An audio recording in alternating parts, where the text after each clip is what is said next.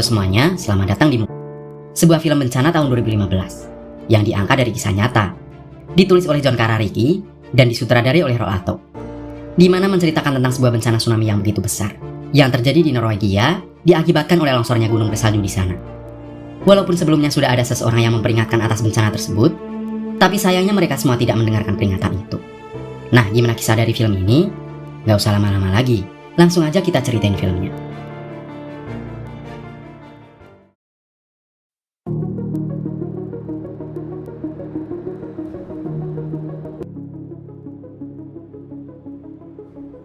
Film dibuka dengan memperlihatkan sebuah keluarga yang sedang makan siang bersama.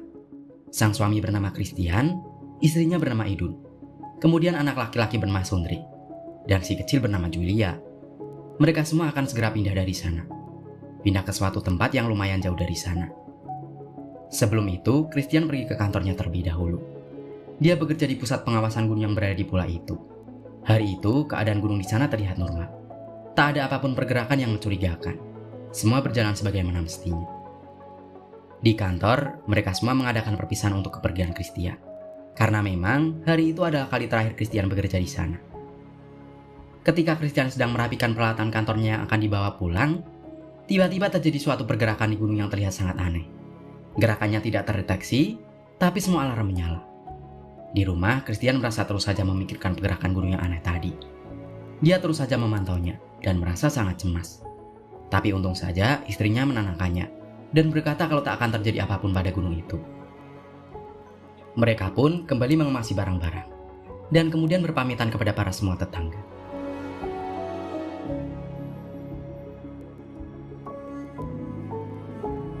Akhirnya mereka pun pergi. Di pelabuhan, mereka harus menunggu kapal untuk menyeberang. Saat di sana, entah kenapa Christian merasa seperti tak tenang. Dia terus saja memikirkan gunung itu. Seperti ada sesuatu yang memang salah saat itu. Akhirnya, Christian memutuskan untuk kembali ke kantornya terlebih dahulu dan menyuruh kedua anaknya menunggu di mobil. Sementara itu, sang istri tidak bisa berangkat bersama-sama karena dia harus bekerja terlebih dahulu. Dia bekerja di sebuah hotel yang tak jauh letaknya dari rumah. Di hotel, saat itu memang sedang ramai pengunjung karena memang saat itu sedang musim liburan. Sedangkan di kantor, Christian menjelaskan ke semua rekan-rekannya kalau memang ada yang tidak beres dengan gunung itu. Dengan menggunakan helikopter, Christian dan teman-temannya bergegas melihat apa yang sebenarnya terjadi di gunung tersebut.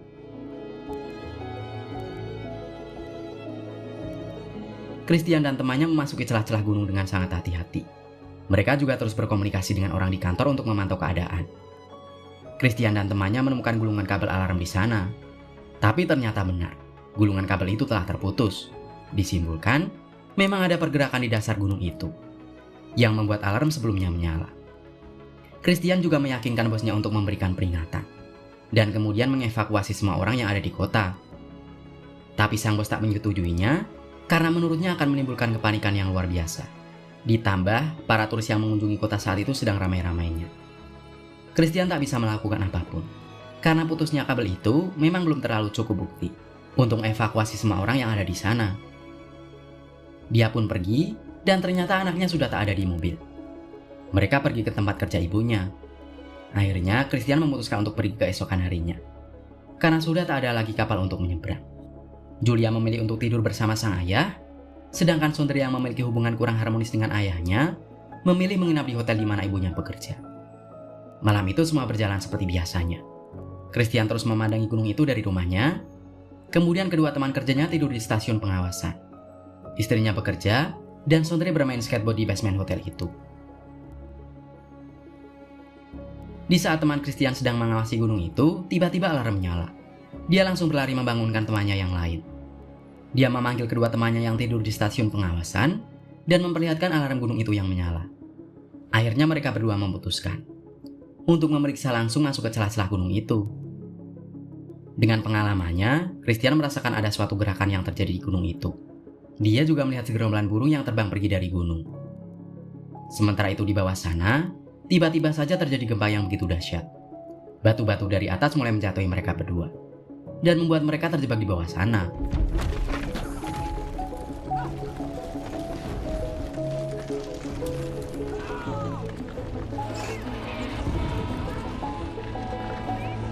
Sementara itu di stasiun pengawas alarm menyala semua. Dan kini kedua celah gunung itu seperti bergerak dan mengimpit mereka berdua. Alarm yang tak diinginkan semua orang pun dinyalakan.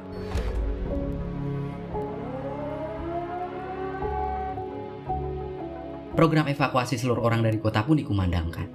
Orang-orang yang telah tertidur lelap terbangun. Sedangkan di bawah sana, gunung sudah mulai berhenti bergerak.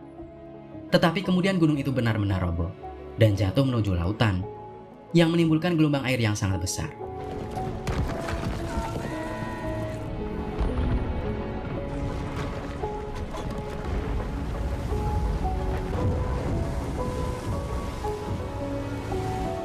Gempa kembali mulai terasa, dan kini orang-orang hanya mempunyai waktu sekitar 10 menit. Sebelum gelombang tsunami yang begitu besar meluluh lantakan semuanya. Christian langsung berlari membawa Julia menuju mobil. Dia langsung tancap gas menuju ke perbukitan. Sementara itu di hotel, Idun membangunkan semua tamu untuk segera keluar dan menyelamatkan diri. Semua orang di kota itu sangat panik.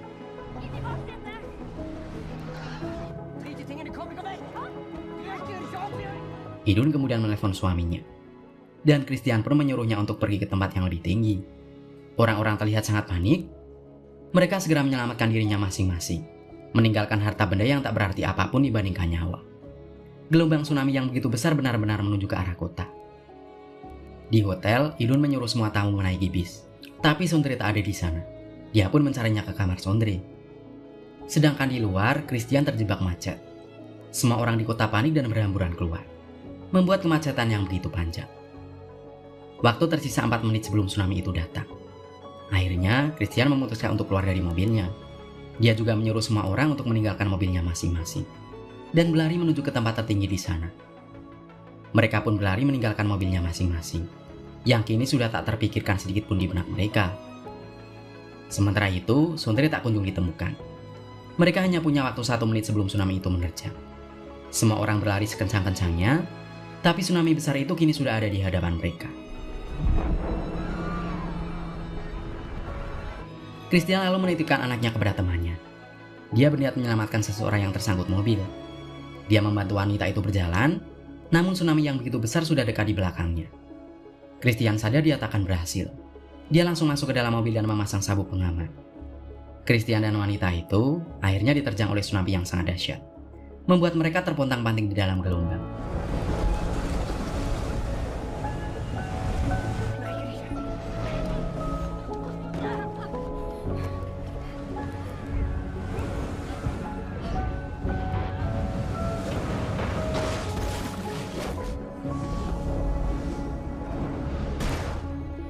Sementara itu di hotel, Idun akhirnya menemukan Sondre yang sedang asik bermain skateboard di basement.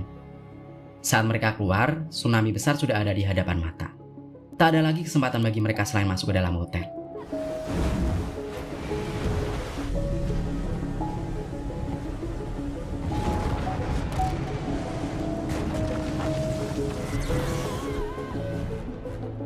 Namun, Idun dan anaknya malah masuk ke dalam ruangan bawah tanah. Mereka juga bersama dengan sepasang kekasih. Namun sayang, sepasang kekasih tersebut tak bisa selamat dan terbawa arus tsunami yang sangat kencang. Idun dan Sondre menutup rapat-rapat pintu di sebuah ruangan. Kini tsunami sudah berlalu. Christian selamat dari tragedi mengerikan itu. Mayat tergeletak di mana-mana dan semua bangunan porak-poranda tak terbentuk. Christian menyadari bahwa wanita yang dia tolong sudah tewas akibat gelombang tsunami. Sementara itu, pegawai stasiun pengawas gunung sangat menyesal karena tak mendengarkan apa yang Christian peringatkan. Christian kemudian mencari anaknya.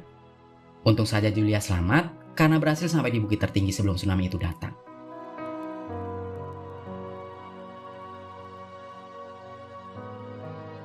Sedangkan di hotel, Idun, Sondre dan 1 orang lagi terjebak di sana. Menyadari bahwa HP-nya masih selamat dan dapat menyala, Christian menelpon ke tempat penampungan. Dia bertanya apakah ada bus hotel di sana. Tapi tak ada bus yang sampai di sana.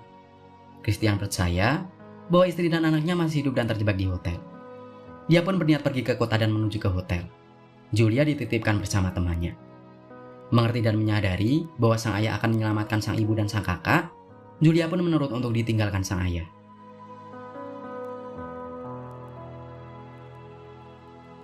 Sondre dan ibunya mencoba untuk membuka pintu. Tapi sama sekali tak bisa, karena tertahan oleh air yang ada di luar. Bahkan air tersebut kini mulai masuk melalui celah-celah pintu, membuat mereka cemas akan tenggelam di ruangan tersebut. Christian yang telah sampai di kota sangat tercengang, melihat keadaan kota yang sangat mengerikan. Semua bangunan sudah rata dengan tanah, tak ada yang tersisa karena terjangan gelombang tsunami. Di sana Christian seperti menginjak sebuah kaca, yang ternyata itu adalah bus hotel, di mana seharusnya istri dan anaknya ada di sana. Dia menemukan senter dan kemudian membuka pintu bus tersebut. Di dalam bus itu penuh dengan mayat-mayat tamu hotel. Bahkan, dia juga melihat rekan kerja istrinya yang sudah tewas di dalam sana. Dia memanggil anak dan istrinya. Namun tak ada jawaban, dan memang di sana tidak ada anak dan istrinya. Dia pun memutuskan untuk mencarinya kembali.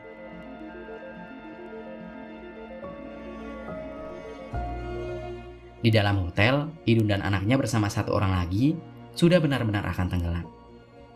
Mereka terus mencoba membuka pintu, yang ternyata pintu itu tertahan oleh reruntuhan beton dari luar. Tak ada lagi harapan bagi mereka untuk selamat. Bahkan, orang yang bersama mereka kini sudah tewas karena kedinginan. Sementara itu, Christian sudah masuk ke dalam hotel. Dia memanggil-manggil anak dan istrinya. Christian terus menyusuri ruangan demi ruangan, hingga akhirnya dia menemukan tas milik Sondre. Mengira bahwa anak dan istrinya telah tiada, lantas membuat Christian menyesal dan memukul-mukul besi karena merasa bersalah. Suara besi itu justru membuat anak dan istrinya yang terjebak di bawah sana mendengarnya. Namun sekarang air kembali datang dari ventilasi udara. Sondre berteriak memanggil sang ayah. Christian yang mendengarnya langsung menyelam dan mencoba membuka pintu yang tertahan oleh beton. Dari dalam, Idun dan Sondre juga membantu mendorong pintu, hingga akhirnya pintu terbuka. Dan Christian menyuruh istrinya untuk pergi terlebih dahulu. Dia berusaha untuk menyelamatkan anaknya yang masih di dalam. Sondre yang kedinginan membuat seluruh tubuhnya membeku. Tapi sang ayah mencoba meyakinkan anaknya untuk bisa berenang dan menyelamatkan diri. Mereka kembali berenang, namun di tengah jalan, Christian kehabisan napas yang malah membuat dia panik. Sang ayah langsung memberikan oksigen yang dia punya ke anaknya dan menyuruhnya untuk segera pergi. Namun, hal itu justru membuat Christian kehabisan nafas. Dan akhirnya, dia berkorban demi anaknya agar selamat. Idun yang melihat hanya anaknya yang kembali, langsung menyusul suaminya. Dia mengeluarkan suaminya dari sana, yang sekarang sudah tak sadarkan diri. Idun langsung memberikan pertolongan pada suami, namun Christian tak kunjung sadar. Dia terus berusaha mengeluarkan air dari perut sang suami. Sondre pun ikut membantu, sambil menangis takut kehilangan sang ayah. Tak kunjung sadar, Idun tahu bahwa suaminya tak terselamatkan dan meninggal. Keyakinan masih ada pada diri Sondre. Dia yang sebenarnya sangat menyayangi sang ayah, terus-menerus menekan dada ayahnya, hingga usahanya membuahkan hasil. Christian kembali sadar, dan akhirnya mereka bertiga pun selamat.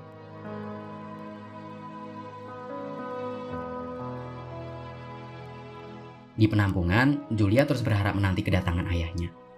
Hingga akhirnya, ayah, ibu, dan sang kakak terlihat olehnya dari kejauhan. Julia langsung berlari memeluk ibu dan ayahnya. Kemudian, film pun berakhir.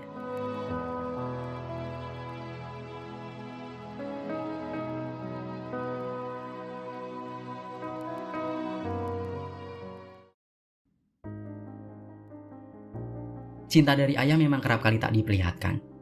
Namun percayalah, bahwa dari sikap ayah yang dingin, sebenarnya dia sangat menyayangi dan mencintai kita.